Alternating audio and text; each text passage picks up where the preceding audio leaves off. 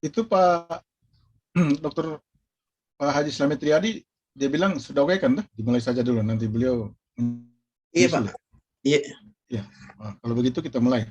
Assalamualaikum Pak Mujakir Tawil, dalam posisi mobile, masih sempat menguji. Ya. Karena sudah Ya, Pak.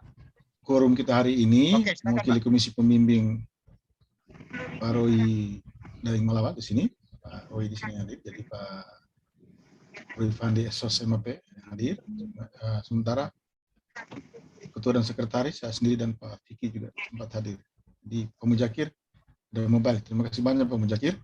Ya, terima kasih Pak Rizal.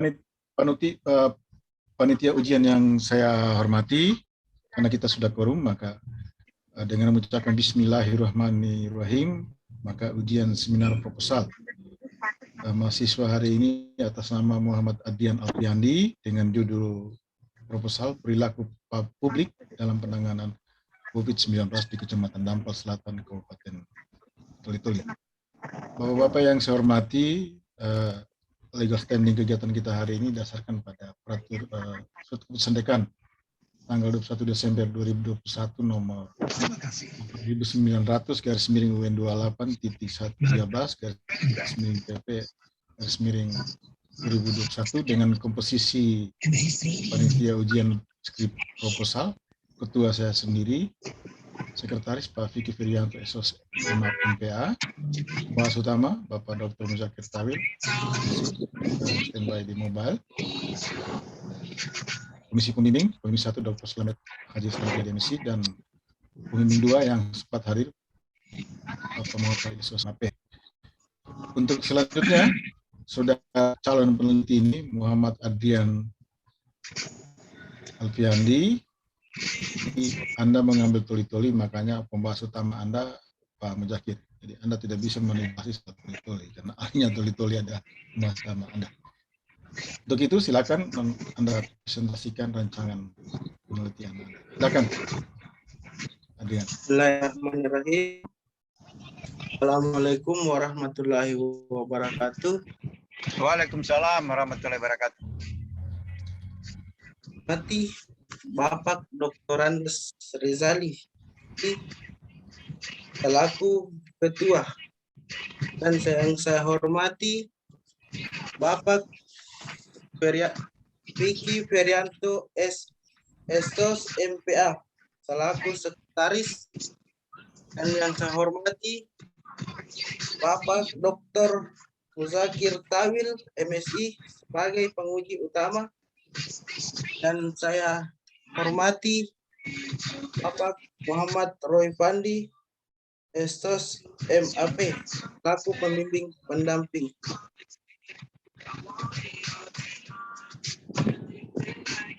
Baiklah, saya akan memaparkan seminar proposal saya dengan judul Perilaku Publik dalam Penanganan COVID-19 di Kecamatan Dampal Selatan, Kabupaten Toli-Toli.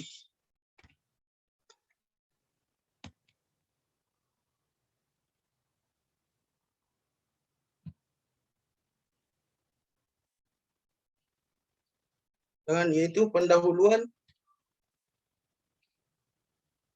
yaitu satu, latar belakang, yaitu COVID-19 adalah penyakit infeksi yang disebabkan oleh coronavirus jenis baru yang diterima pada tahun 2019, yang selanjutnya disebut SARS-CoV. Yaitu virus ini berukuran sangat kecil, yaitu sekitar 160 sampai 160 nm. Yang utamanya menginfeksi hewan, termasuk diantaranya adalah kelelawar.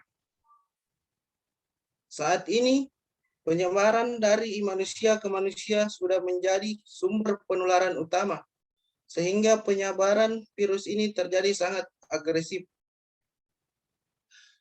Adapun penularan penyakit ini terjadi dari pasien positif COVID-19 melalui droplet yang keluar saat batuk dan bersin. Kan tetapi Diperkirakan juga bahwa virus ini menyebar dari orang yang tidak bergejala. Namun hasil pemeriksaan menunjukkan positif COVID-19. Selain itu, setelah diteliti bahwa virus ini dapat hidup pada media aerosol yang dihasilkan melalui nebulizer selama setidaknya 3 jam, sehingga proses perjalanan penyakit ini masih belum banyak diketahui. Namun diduga tidak berbeda jauh dengan perjalanan penyakit dari virus pernapasan lainnya yang sudah diketahui pada manusia. Apabila virus ini masuk ke dalam saluran pernapasan, dapat mengakibatkan kerusakan alveoli paru dan menyebabkan gagal nafas. Dan yang kedua, masalah penelitian. Berdasarkan hasil observasi di lapangan, penelitian melihat bahwa fenomena yang terjadi saat ini di Kecamatan Dampal Selatan yaitu satu, permasalahan yang dihadapi oleh pemerintah Kecamatan Dampal Selatan yaitu perilaku publik yang masih lalai untuk melakukan protokol kesehatan. Dalam protokol itu ada 5, yaitu dilakukan oleh semua kalangan, baik itu pemerintah maupun masyarakat. Yaitu misalkan melakukan cuci tangan, menjaga jarak, memakai masker, menjauhi kerumunan, membatasi mobilitas dan interaksi. Dan yang kedua, yaitu banyaknya isu-isu yang beredar bahwa COVID-19 itu tidaklah berbahaya, sehingga masyarakat mengabaikan aturan pemerintah, seperti melakukan vaksinasi yang sebagian besar masyarakat menolak untuk melakukannya. Hal ini disebabkan oleh banyaknya hoax atau berita bohong yang masih sering beredar di tengah masyarakat, seperti kabar berita meninggal dunia, lumpuh, dan gejala-gejala lainnya yang disebabkan suntikan vaksinasi. Adapun data yang diliris oleh gugus tugas penanganan COVID percepatan COVID-19 di Kabupaten Toli-Toli, Sulawesi Tengah, dalam keterangannya menyampaikan secara kumulatif orang yang terinfeksi virus corona di Kabupaten Toli-Toli sampai dengan akhir tahun 2020 sebanyak 66 orang. Dan adapun data jenis kelamin yang ada pada surveillance Dinas Kesehatan Kabupaten Toli-Toli, yaitu antara lain laki-laki dan perempuan. Jumlahnya tidak jauh berselisih, yakni laki-laki berjumlah 35 orang atau 53%, dan perempuan mencapai 31 orang atau 47%. Dan yang ketiga, rumusan masalah. Berdasarkan uraian yang telah dilampirkan pada latar belakang di atas, maka yang menjadi rumusan masalah dalam penelitian ini yaitu bagaimana perilaku publik dalam penanganan COVID di Kecamatan Dampal Selatan, Kabupaten Toli-Toli. 4. Tujuan penelitian. Yaitu 1. Setiap penelitian yang dilakukan tentunya mempunyai sasaran yang hendak dicapai atau apa yang menjadi tujuan penelitian. Tentunya harus jelas diketahui sebelumnya. Adapun yang menjadi tujuan penelitian ini adalah untuk mengetahui hubungan antar pengetahuan dan perilaku masyarakat dalam penanganan COVID yang ada di Kecamatan Dampal Selatan, Kabupaten Toli-Toli. Dan untuk mengetahui faktor-faktor yang mempengaruhi perilaku masyarakat dalam penanganan COVID-19 di Kecamatan Dampal Selatan, Kabupaten Toli-Toli. Dan yang kelima, kegunaan penelitian. Kegunaan penelitian yang diharapkan dari hasil penelitian yaitu antara lain dari aspek ilmuwan. Penelitian ini diharapkan dapat menjadi media mengaplikasikan dalam bidang ilmu administrasi publik, serta penelitian ini diharapkan dapat membuka pemikiran agar masyarakat peduli akan protokol kesehatan di masa pandemi COVID-19. Dan yang kedua, aspek kapan. Hasil penelitian ini dapat dijadikan bahan masukan bagi pemerintah Kabupaten Toli-Toli pada umumnya dan bagi pemerintah Kecamatan Dampal Selatan khususnya dalam merencanakan penanganan pencegahan COVID. Dan alur pikir. Alur pikir saya itu dengan judul perilaku publik dalam penanganan COVID-19 di Kecamatan Dampal Selatan dan memiliki beberapa tahap, yaitu 1. Pengetahuan, sikap, dan tindakan. Di dalam 3 tahap ini memiliki masing-masing 3 sub, yaitu pengetahuan tentang sakit dan penyakit. Dan yang kedua, pengetahuan tentang cara pemeliharaan kesehatan dan cara hidup sehat. Dan yang ketiga, mengetahui tentang kesehatan lingkungan. Dan yang kedua, sikap, yaitu sikap terhadap sakit dan penyakit, sikap cara pemeliharaan dan cara hidup sehat, sikap terhadap kesehatan lingkungan. Dan yang ketiga, tindakan. Tindakan sehubung dengan penyakit, tindakan pemeliharaan dan peningkatan kesehatan. Dan ketiga, tindakan kesehatan lingkungan. Ya, bagian bab 3. Metode penelitian. Itu 1, dasar penelitian. Dasar penelitian ini adalah penelitian lapangan. Penelitian yang dimaksudnya hanya terbatas pada pengumpulan data, tetapi juga meliputi analisis dan interpretasi tentang arti dari tersebut. Selain itu, semua data yang dikumpulkan kemungkinan menjadi kunci terhadap apa yang diteliti. Dan yang kedua, tipe penelitian. Penelitian adalah penelitian kualitatif. Ini suatu jenis penelitian yang dimasukkan untuk mengumpulkan informasi mengenai status atau gejala yang ada menurut kendala apa adanya pada saat penelitian dilakukan. Dan yang ketiga, jenis data. Jenis data merupakan tempat ditemukan data dan informasi yang berguna bagi kepentingan penelitian.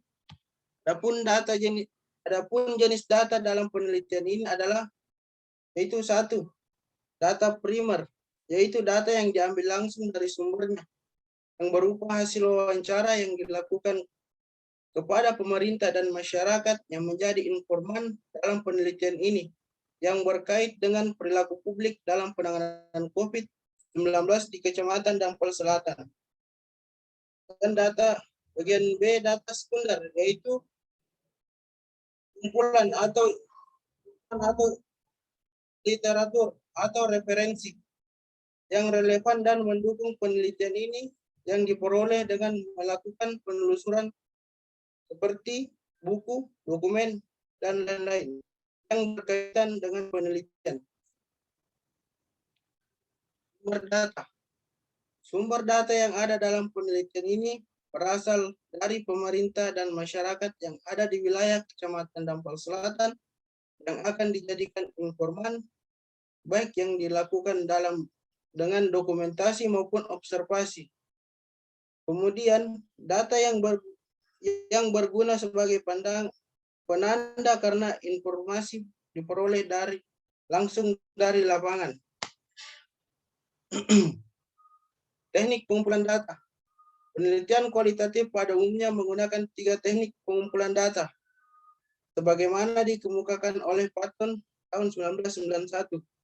bahwa dalam penelitian kualitatif ada 3 cara yang dapat dilakukan untuk mengumpulkan data-data. Adapun cara tersebut yaitu 1. Observasi, yaitu mengadakan pengamatan langsung di lapangan sekaligus mencatat hal-hal yang berkaitan dengan penelitian.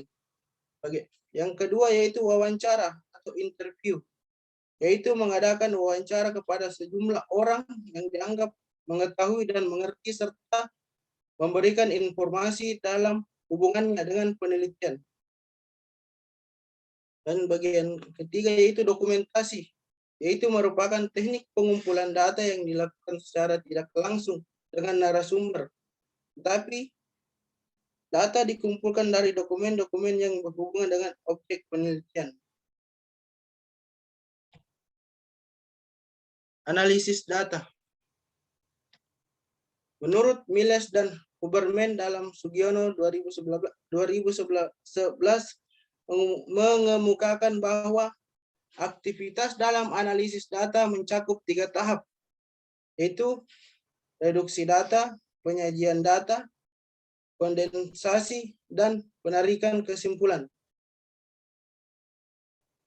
Adapun lokasi penelitian ini berada di Kecamatan Dampol Selatan, Kabupaten Toli-Toli.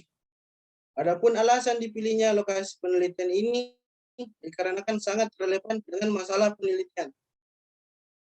Ya, sekian dan terima kasih. Ya, terima kasih. Saya ambil alih untuk moderatornya. Terima kasih telah memaparkan materi terkait topik yang akan diteliti nantinya. Selanjutnya kita minta tanggapan terlebih dahulu dari penguji utama, dalam hal ini Pak Muzakir Tauhid. Kepada Bapak, waktu dan tempat kami persilahkan, Pak.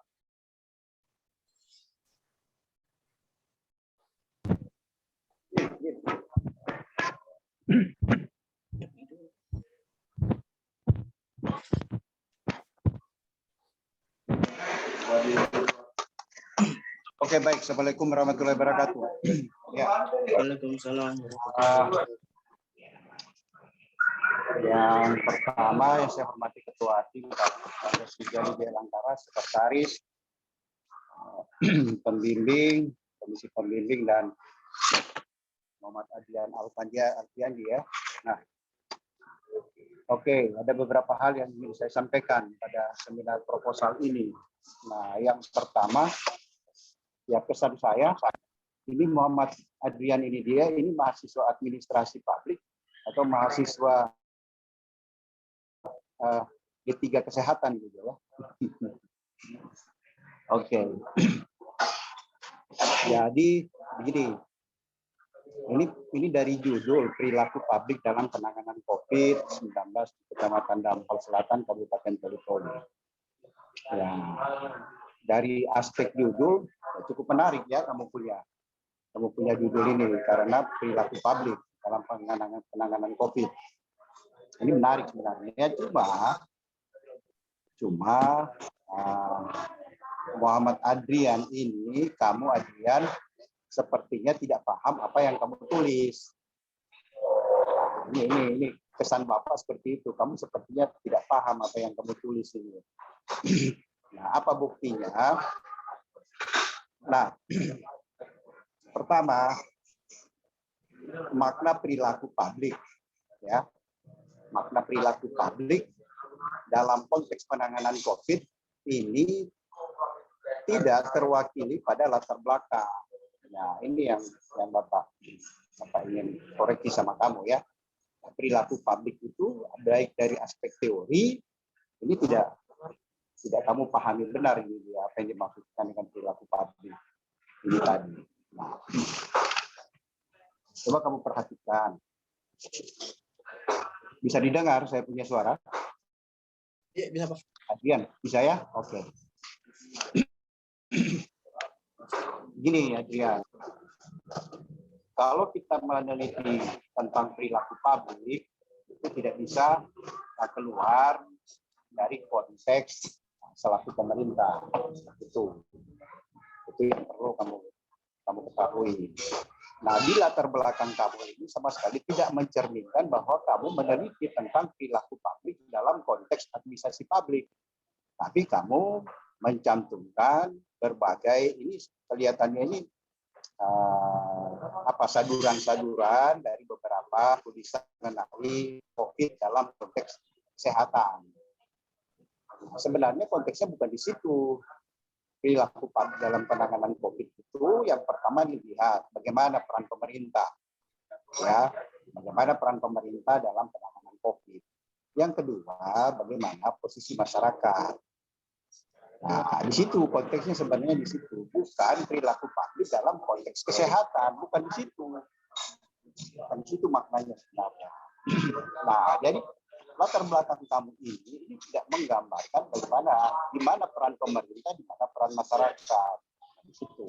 Itu tidak kelihatan sama sekali. Semuanya saduran dari tulisan-tulisan, atau ini apa, artikel-artikel ini dia ya. Tidak ada sama sekali latar belakangnya ini mencerminkan bahwa kamu mau meneliti tentang perilaku publik. Nah, itu. Ya. Nah, kalau perilaku publik dalam konteks administrasi publik itu adalah melihat bagaimana perilaku masyarakat dalam konteks organisasi. Di mana organisasi itu ya negara. Di mana negara itu ya bagaimana negara itu melayani kepentingan masyarakat. Nah, kalau kita tarik dalam konteks COVID, maka peran pemerintah itu memberikan suatu kebijakan. Nah, seperti sekarang ini kan, ada kebijakan pemerintah dalam pertama. Nah, untuk penanganan COVID itu menerapkan 3M, lalu kemudian 5M, lalu vaksinasi, lalu ada PCR, lalu antigen. Itu semua adalah kebijakan publik yang diterapkan kepada masyarakat. Nah, sekarang perilaku masyarakatnya. Perilaku masyarakat itu mentaati itu tadi. Jadi pertama yang Bapak lihat, Adrian tidak paham perilaku publik itu apa sebenarnya dalam masyarakat. Ya, itu. Oke. Jadi sampai di sini, ini sebenarnya dari aspek judul kamu bagus, kamu punya judul bagus. Ini yang kita butuhkan, judul-judul seperti ini yang kita butuhkan. Tetapi pada pembahasannya, kamu tidak paham apa yang kamu tulis karena terlalu banyak saduran yang diambil. Nah, gitu. Ya. Oke. Nah, yang kedua.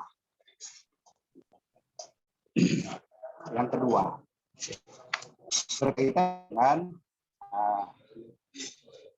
kajian pustaka dan alur pikir. Ini juga kajian pustaka dan alur pikir. Ibu tidak jelas.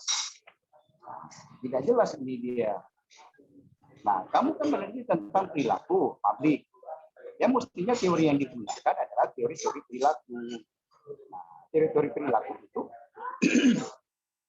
di mana dalam administrasi publik itu teori perilaku. Nah, kalau kamu baca banyak buku yang kamu baca, yang walaupun kamu S1 itu, kamu harus tahu persis bagaimana. Ini kan kamu punya pembimbing ini, Muhammad Rida Pandi ini tahu persis itu. Bagaimana teori perilaku dalam konteks administrasi publik. Nah, nanti tanya sama Pak Roy tahu persis ini. Nanti kamu dibimbing.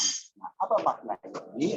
Maknanya, kamu menggunakan teori-teori yang sebenarnya tidak tepat untuk kajian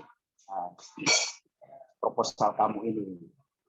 Nah, dan ini berulang-ulang selalu pada setiap ujian, baik seminar proposal maupun skripsi. Kalau mulai perhatikan ini dia, mulai dari administrasi, lalu kemudian kamu cantumkan kebijakan untuk kebijakan publik. Ya, kebijakan publik konteksnya apa? Tidak jelas. Kalau kamu taruh konteks dalam kaitannya dengan kebijakan penanganan COVID, ya itu ketemu. Tapi kalau kamu kasih itu kebijakan dalam konteks teori yang tidak ada kaitannya, ya tidak tepat itu. Mestinya taruh di situ kebijakan konteksnya penanganan COVID. Kan ada beberapa, ya, ada beberapa aturan-aturan pemerintah yang dikeluarkan oleh baik oleh kementeriannya maupun presiden sendiri, itu undang-undang tentang kebijakan-kebijakan dalam penanganan COVID. Beberapa banyak sekali kebijakan-kebijakan itu dikeluarkan oleh pemerintah. Nah, itu mestinya rujukannya ke situ. Nah, baru kemudian teori perilaku. Nah, teori perilaku yang Bapak lihat, kamu gunakan bukan teori yang punya kaitan dengan administrasi publik. Ini, coba kamu jawab ini. Soekidjo Noto Atmojo ini bukunya apa? Soekidjo Noto Atmojo ini bukunya apa? Bukunya siapa? Dan yaitu promosi kesehatan dan ilmu perilaku, Pak. Nah, justru itu ada kaitannya enggak dengan perilaku, ilmu perilaku secara administrasi, ada kaitannya enggak? Gimana kaitannya? Coba Adrian nanti. Coba Adrian, gimana kaitannya itu? Masalah interaksi perilaku kesehatan, individu, lingkungan keluarga, lingkungan terbatas, lingkungan umum. Ini dari mana? Bagaimana kaitannya dengan perilaku publik? Dalam konteks ini bagaimana? Bagaimana kamu menjelaskan ini? Coba, jelaskan ke Bapak. Bagaimana, Cak? Bagaimana kaitannya? Dari konteks. Bagaimana kaitannya? Coba.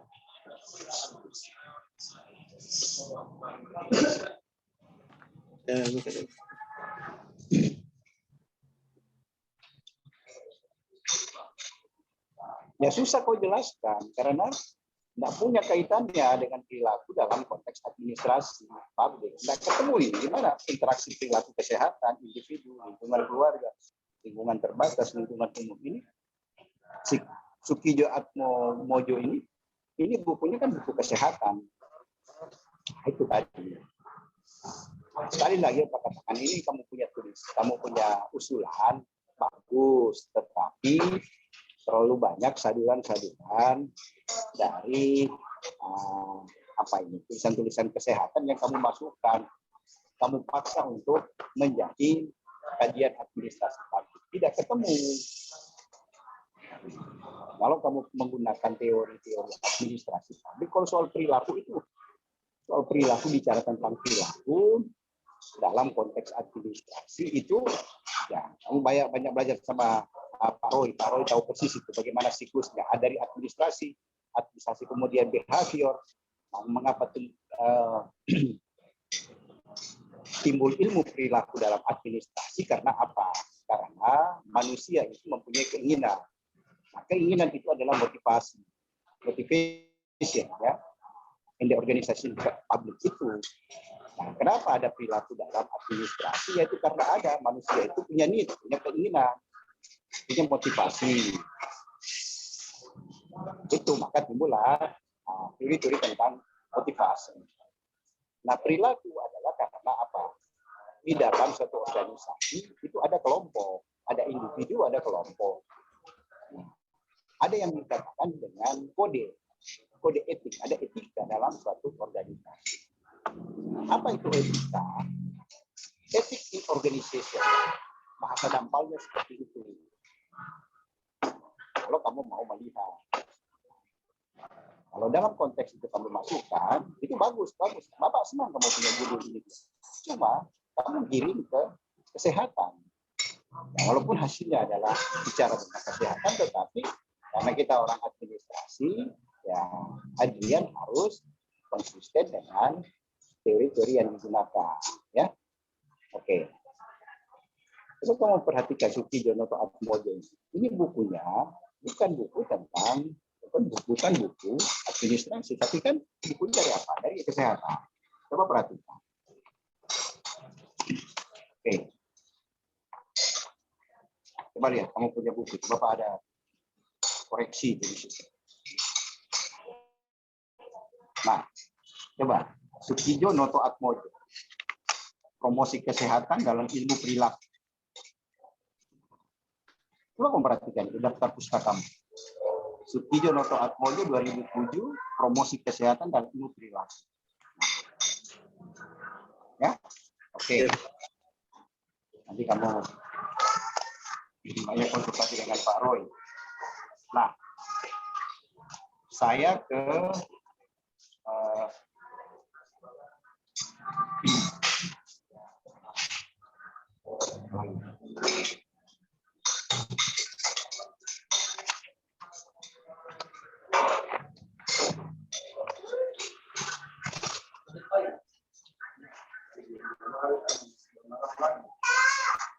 nah, pada metode penelitian.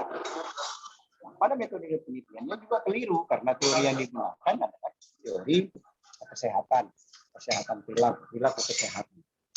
Nah, itu perilaku kesehatan ya sepintas-pintas Bapak baca itu berbeda dalam konteks administrasi publik. Konteksnya di mana karena administrasi ilmu perilaku kesehatan ini kan ada juga kamu beberapa yang kamu perlihatkan ini. Coba lihat. Nah, pada alur pikir. Coba perhatikan kamu lihat. Alur pikir halaman 58. Perhatikan.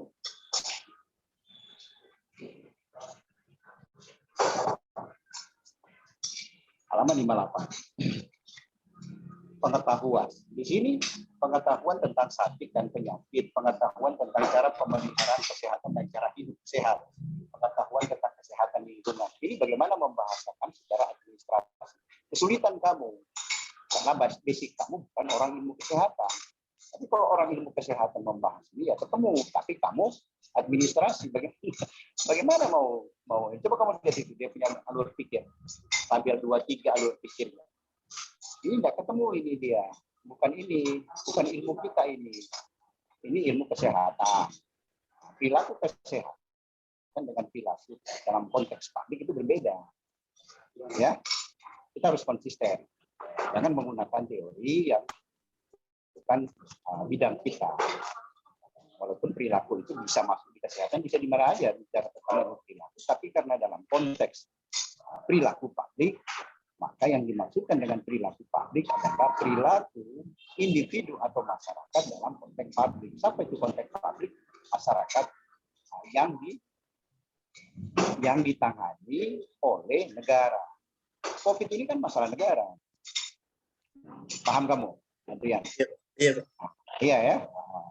Sekali lagi Bapak bagus kamu punya judul ini ya, cuma konteksnya menjadi bukan keliru tapi kamu salah membaca. Oke. Gitu juga. Coba kamu lihat ya. Ada halaman 60 gitu. Oke. Jadi situ intinya itu sebenarnya ya. Nah, secara keseluruhan saya mau katakan kamu perbaiki ini ya. Kalau persoalan judul bagus. Saya suka kamu punya judul karena ini mestinya yang saya hargai karena kamu punya judul ini bagus ya. Cuma konteks dalam kamu mengkaji melihat ini itu kamu menggunakan pendekatannya pada pendekatan kesehatan. Iya. Maaf. Oke, ya. Dalam konteks kesehatan. Tapi coba kamu gunakan teori-teori administrasi perilaku. Terbanyak waktu perilaku yang bisa kamu lihat. Nah, nanti kamu konsultasi dengan pembimbing kamu. Pembimbing kamu itu sangat paham tentang apa yang kamu lakukan. Jadi itu ya. Nah, sekali lagi, kalau soal judul pertahankan aja judulnya ini bagus. Nah, tinggal kamu bagaimana memperbaiki ini, giring dia ke administrasi publik. Nah, kalau ini kamu rubah, nah, saya kasih acungan jempol kamu ya. Saya kasih nasi kuning kamu karena saya lagi makan nasi kuning di sini. Oke ya, Adrian bagus. Nah, saya lagi di Mama Jena ini dia makan nasi kuning. Karena tadi saya pikir tadi kamu itu ini apa offline, ternyata online. Nah, jadi saya karena kelaparan, saya di Mama Jena ini, nah, saya sambil memberikan masukan kepada kamu ya. Saya kira begitu ya. Ya, Adrian ya. Pak Sekretaris. Nah, demikian masukan-masukan saya. Terima kasih banyak. Ya. Ya. Terima kasih Pak Firkawir selaku penguji utama dalam seminar proposal kali ini. Nah, menyambung ya sebelum nantinya kita ke Pak Rizali selaku ketua. Saya hanya menambahkan sedikit bahwa memang kalau seandainya secara general ya, mungkin kita ambil dulu dari kalau tadi Pak Rizali telah menyinggung banyak hal pada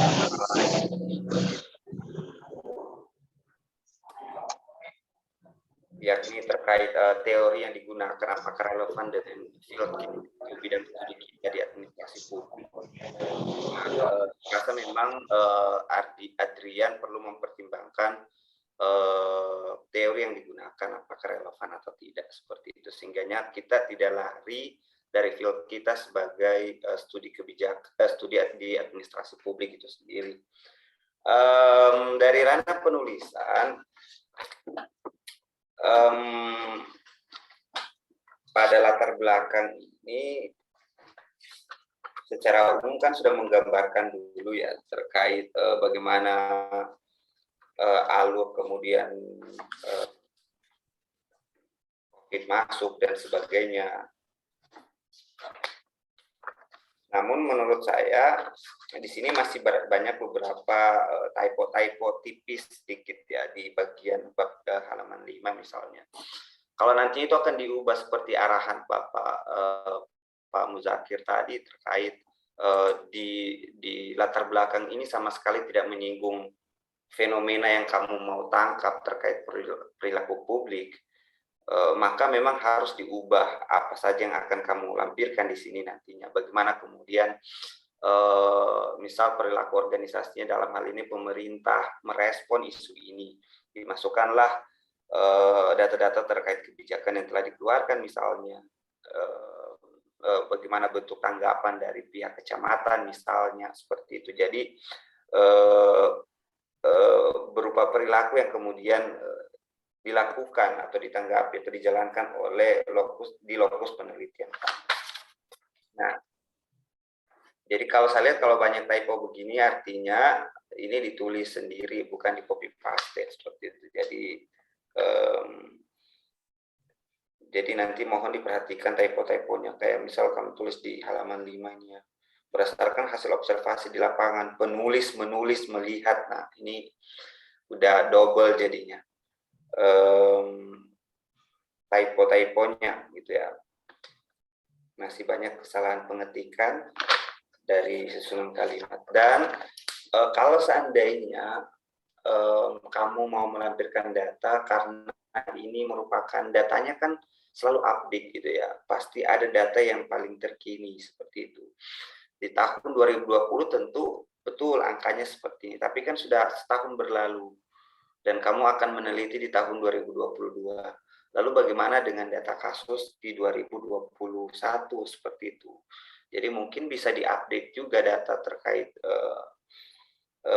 kasus di sana, termasuk juga mungkin ada kebijakan-kebijakan terbaru yang memang dikeluarkan dari Pemda setempat misalnya, karena perubahan status PPKM-nya atau apa dan sebagainya seperti itu. Kalau nanti seandainya tetap bertahan dengan ini, bagaimana mungkin perlu dipertimbangkan bagaimana metodologi pengumpulan datanya.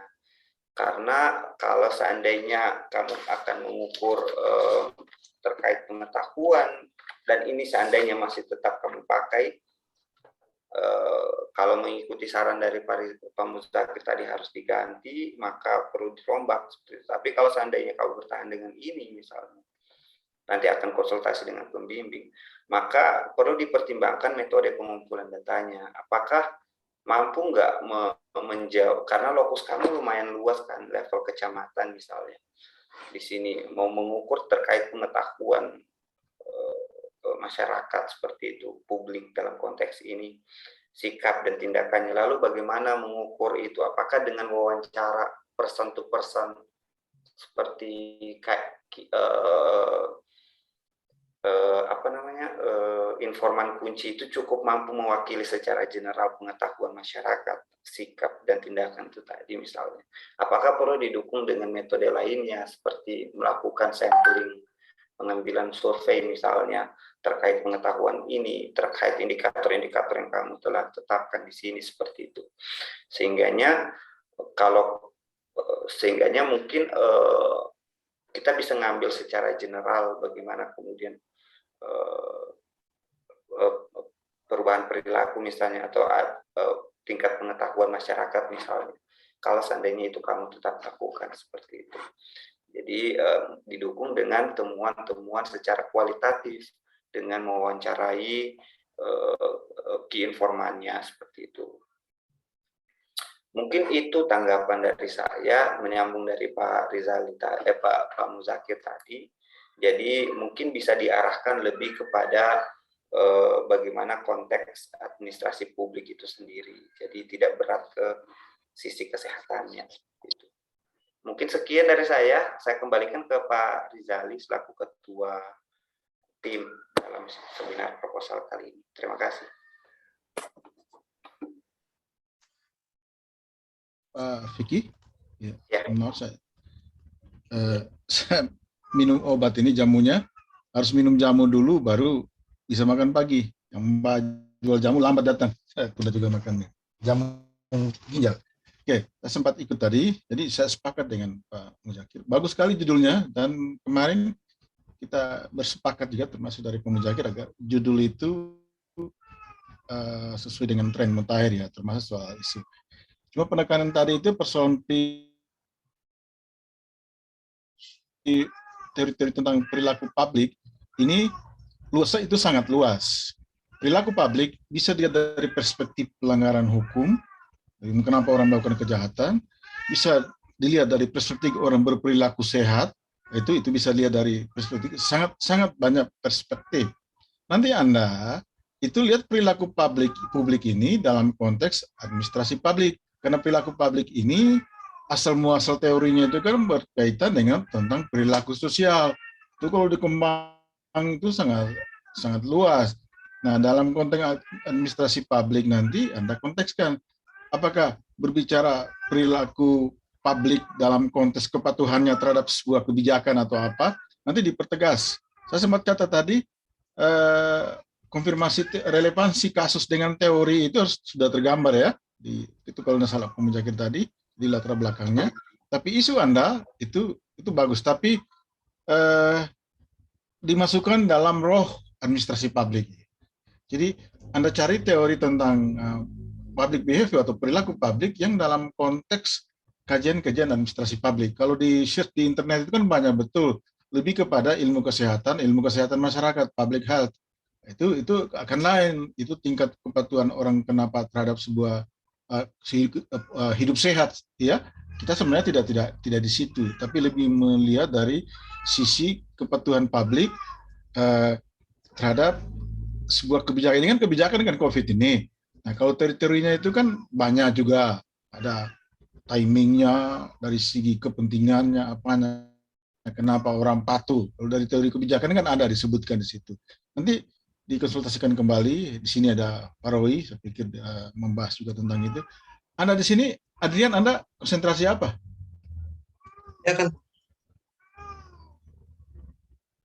Ya? Kebijakan publik, Pak. Anda konsentrasi kebijakan publik atau? Kebijakan Iya kan? publik, Pak. Nanti akan banyak berbicara tentang perilaku publik berkaitan dengan kepatuhan orang terhadap kebijakan publik. Itu juga teorinya itu, kenapa orang patuh, kenapa itu. Jadi bukan berkaitan dengan perilaku hidup sehat, tidak, itu urusan kesehatan masyarakat nanti ya, saya pikir ada di sini. Itu dari saya, tambahan sedikit dari saya, yang lain-lain sudah dikatakan tadi. Saya lanjut ke mewakili Komisi Pembimbing. Di sini ada, ya selamat datang Pak Dr. Haji Slamet Yari sudah datang, Pak Slamet. Kemudian saya langsung ke Pak Roy sebagai anggota Komisi Pembimbing 2. Pak Roy, silakan Pak Roy. Baik. Terima kasih. Assalamualaikum warahmatullahi wabarakatuh. Yang terhormat tim penguji dan Komisi Pembimbing Bapak Dr. Haji Slamet Yari MSc. Baik Adrian, memang kalau dilihat dari judul saudara, perilaku publik dalam penanganan COVID-19 ini adalah judul yang terupdate ya, yang kekinian. Memang sangat menarik, tapi berdasarkan apa yang disampaikan tim penguji sebelumnya, saran dan masukannya memang sedikit melenceng daripada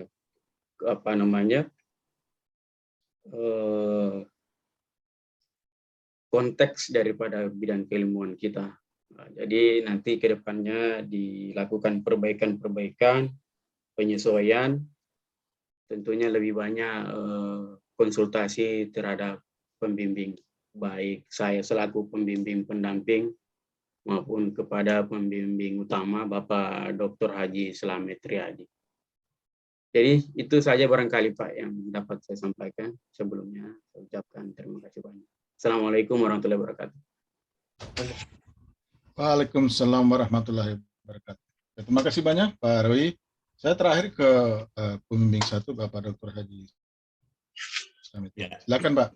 Ya, terima kasih Pak Dr. Nasri Sali sebagai pimpinan sidang. Yang saya hormati pembahas utama, komisi pembimbing dan sekretaris ya. Yang pertama saya mohon maaf karena agak lambat bergabung ya, karena ada Zoom juga di ruang lain ya terkait dengan proposal ya. Nah, oleh karenanya saya hanya ingin memberikan beberapa catatan sebagai penguatan saja terkait dengan pelaksanaan seminar proposal ini ya, terutama rancangan proposal yang disusun oleh Muhammad Adrian. Nah, yang pertama bahwa dari konsepsi teori yang dibangun memang saya kira penting untuk dicermati kembali ya, sehingga penelitian Anda nanti lebih bernuansa ke public administration atau administrasi publik ya. Nah, sehingga kalau kita memang secara realitas yang Anda banyak kembangkan di sini adalah konsep-konsep teorinya nanti yang lebih mengarah ke kesehatan ya, itu ya. Nah, oleh karenanya seperti yang disampaikan tadi bahwa yang perlu lebih banyak dipertajam nanti adalah bagaimana respon publik itu atau masyarakat terhadap kebijakan-kebijakan penanganan COVID-19 ya. Itu yang banyak Anda cermati ya. Memang saya lihat di kerangka pikir Anda ini ya, terutama teori yang dibangun ini ya lebih banyak ke hal-hal yang kesehatan, bercerita soal penyakit, misalnya soal pengetahuan, bagaimana pengetahuan tentang sakit dan penyakit ya. Ya itu yang di-stressin tadi sehingga terkesan nuansa Anda lebih ke kesehatan ya. Ya, jadi Anda nanti lebih banyak melihat itu, bagaimana respon publik ya terhadap implementasi kebijakan ini, penanganan COVID itu ya. Ya, kalau ada teori-teori lain yang kira-kira lebih tepat, ya bisa juga lihat nantinya ya. Jadi memang jangan cuma satu teori yang Anda kembangkan soal perilaku publik. Jangan hanya teorinya Sukijo, Noto, Atmojo itu. Jadi ada beberapa teori nanti sebagai pembanding, sehingga nanti di akhir kerangka pikir Anda, saudara harus menjelaskan kenapa Anda lebih memilih misalnya teorinya Sukijo itu, ya katakanlah seperti itu. Nah, kalau cuma satu teori yang terkait dengan perilaku publik, ya tentu Anda tidak bisa memberikan argumentasi ya. Ya apalagi kan ini pendekatan kualitatif, jadi kualitatif itu bisa saja memang berubah teori itu. Jadi teori itu harus disesuaikan dengan fenomena isu ya, disesuaikan dengan isu-isu yang berkembang di lokus penelitian Anda. Ya, jadi kita tidak membawa teori bisa berubah ya. Beda dengan kalau pendekatan kuantitatif itu. Jadi kita menguji teori ini tidak. Ya, justru diharapkan menemukan teori ya. Tapi kita kan tidak menuntut Anda harus menemukan teori ya. Tidak ada novelty yang harus Anda dapatkan di sini. Sama dengan kalau Anda menulis disertasi ya.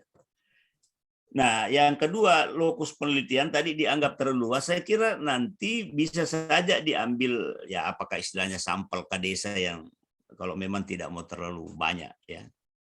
Kalau misalnya kecamatan, berapa desa itu? Di Toli, di Kecamatan Dampal. Ya. Lebih Ya, 12. nanti lihat. Ya, kalau memang 12 kan ya mungkin terlalu banyak, memang Anda harus kunjungi itu. Bisa ambil sampel lokasi kayak. Nah, nanti Anda lihat di situ yang mana memiliki dampak terkait dengan penanganan COVID itu ya. Ya, jadi di latar belakang juga memang Anda mencari juga soal bagaimana penanganan COVID itu ya di beberapa kecamatan yang ada ya. Dan desa mana yang paling banyak misalnya ya yang terdampak COVID ya. Bisa juga dicari sebagai penguatan data-data sekunder yang ada di latar belakang itu. Hal-hal yang bersifat teknis saya kira nanti akan disesuaikan. Terutama saya melihat mahasiswa selama ini kurang sekali merujuk ke petunjuk penulisan ya. Ya, jadi Anda harus miliki itu ya. Dan kalau tidak ada silakan Anda fotokopi sama prodi ya, baru Anda jadikan rujukan dalam penulisan ya. Sehingga tidak ada kesalahan-kesalahan yang seharusnya tidak perlu lagi dikomentari di sini kan itu. Ya, termasuk daftar-daftar pustakanya tolong dicermati betul ya. Ya. Jadi harus sesuai dengan kutipan yang ada, terutama itu yang menjadi perhatian utama itu. Nah, juga tetap lebih banyak sumber-sumber buku ya, buku yang harus banyak. Nanti ada sub yang terkait dengan artikel, kalau ada artikel yang relevan ya Anda masukkan. Tapi tetap Anda lebih dituntut untuk menggunakan dasar-dasar yang ada di buku atau di referensi-referensi yang ada. Ya, saya kira itu beberapa catatan-catatan penguatan saja ya. Dan sekali lagi Anda harus intens melakukan komunikasi atau konsultasi dengan komisi pembimbingnya. Nah, selanjutnya saya kembalikan ke pimpinan atau ketua seminar Pak Dr. Nasir Sali. Terima kasih Dr. Haji Slamet Riyadi sebagai pembimbing utama. Jadi Saudara Muhammad Adian jadi dicatat ya beberapa rekomendasi-rekomendasi tim penguji tadi, baik pembahas utama, penguji lainnya, dan juga dari komisi pembimbing. Yang jelas judul Anda ini sangat keren sekali sebenarnya. Tinggal dikentalkan ya, bahwa itu bagian dari lapangan kajian kita administrasi publik. Kemudian nanti soal panduan tadi dikatakan itu penting. Anda bisa nanti Anda WA ke saya. Rencana kita memang mau upload di websitenya Prodi nanti, yang bisa di-download gratis. Dulu dijual ini. Kita mau download gratis ini bukunya. Itu ada panduan itu yang masih berlaku sekarang. Tapi Anda bisa WA saya nanti Pak. Untuk si Adrian, nanti saya kirim ya, yang bentuk PDF-nya itu menjadi panduan Anda. Banyak kekurangannya, tapi itu masih berlaku di kita. Oleh karena itu, Bapak-Bapak tim panitia ujian yang saya hormati, maka kalau boleh saya simpulkan bahwa rancangan penelitian yang diajukan oleh Muhammad Adrian Alfiandi, kita sepakati layak ditindaklanjuti untuk penelitian lapangan. Tentunya dengan beberapa catatan-catatan, masukan-masukan baik dari pembahas utama, penguji-penguji lainnya, dan termasuk juga dari komisi pembimbing. Berdasarkan ketentuan, Anda nanti memperbaiki rancangan penelitian Anda sebelum turun ke lapangan ini, Anda perbaiki dulu, kemudian baru mendapat surat izin. Nah, selama-lamanya 1 bulan. Nah, sekarang Anda berapa lama perbaiki, kemudian bertemu kembali dengan komisi pembimbing. Silakan, Adrian. Berapa lama Anda? Selama-lamanya 1 bulan, tapi jangan ambil yang 1 bulan ya. Untuk perbaikan Pak? 3 minggu. Iya, perbaikan Anda ketemu pembimbingan lagi, baru Anda bisa turun. Ya, paling lambat 3 minggu Pak. Oke. 3 minggu nanti ya. Kalau begitu Anda nanti intensif berkonsultasi dengan Komisi Pemilihan. Insya Allah Anda akan menjadi sebuah penelitian yang bagus Anda punya dengan isu yang sangat tren. Tim pembimbing yang saya hormati, mungkin dengan demikian saya simpulkan kembali bahwa rancangan penelitian dari Saudara Muhammad Andrian Alfandi ini diterima untuk ditindaklanjuti untuk penelitian lapangan. Kemudian untuk mendapatkan surat izin penelitian, maka yang bersangkutan berkomitmen untuk perbaikan, melakukan pembimbing intensif selama 3 minggu. Itu hasil ujian kita hari ini. Mungkin dari panitia ujian ada tambahan-tambahan, silakan Pak sebelum saya tutup ujian hari ini. Ya, saya hanya Kalau mengingatkan. Tidak ada, silakan Pak. Ya, mengingatkan kepada Adrian ya, ini berita acara ini ya, jadi secepatnya untuk diantarkan kembali ke dosen itu untuk ditandatangani ya, berita acara pelaksanaan seminar. Karena ini biasanya ini mahasiswa ini lalai ini, sehingga kita juga tidak bisa dihitung sebagai bahagian dari kredit poin untuk remunerasi itu ya. Saya terus terang banyak yang begitu. Tidak ada, akhirnya kan tidak dianggap nilai. Meskipun ada undangan, ada SK, tapi tidak ada lampiran berita acara, itu dianggap tidak memenuhi syarat untuk dinilai, untuk dijadikan sebagai dasar untuk pemberian remun. Jadi agak rugi kita. Nah, jadi ini saya ingatkan mahasiswa banyak yang mengabaikan. Setelah ujian hilang, nanti mau seminar hasil baru datang lagi dia. Nah, ini. Jadi saya ingatkan Anda secepatnya itu berita acara tanda tangan, kopi baru simpan ke filenya masing-masing dosen itu.